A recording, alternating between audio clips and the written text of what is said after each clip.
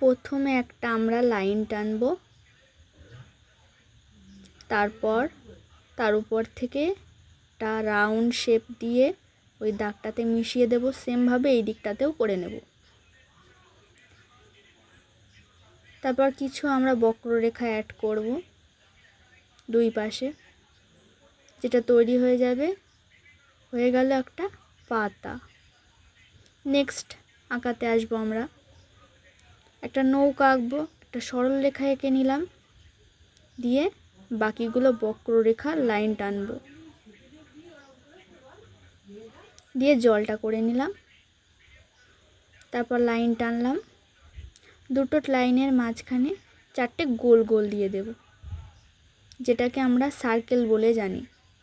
তারপর সোজা একটা সরল রেখা টানলাম, আবার একটা বক্ররেখা টেনে নিলাম, তার উপর একটা ছোট্ট পতাকা, হয়ে গেল একটা নৌকা।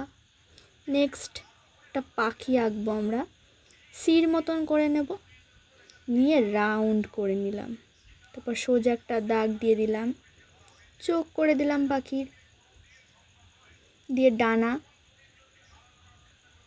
ঠোঁট করে নিলাম এবার আমরা ভির মতন করে। তারপর পাখির পা, চলে এলো ডাল,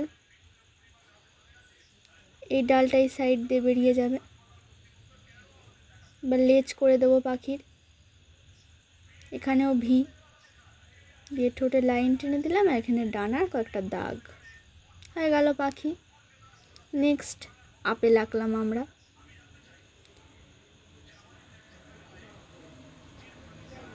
ইউ টাইম করে নিলাম, তারপর ডান্ডি দিয়ে ওখান থেকে ইউ টাইপের করে নেব।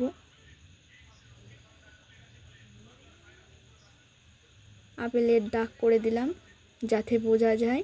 যদি তোমাদের ভিডিওটি ভালো লাগে, লাইক, কমেন্ট, শেয়ার এবং সাবস্ক্রাইব করে দিও। আজকের মতো এখানেই ভিডিওটি শেষ করলাম।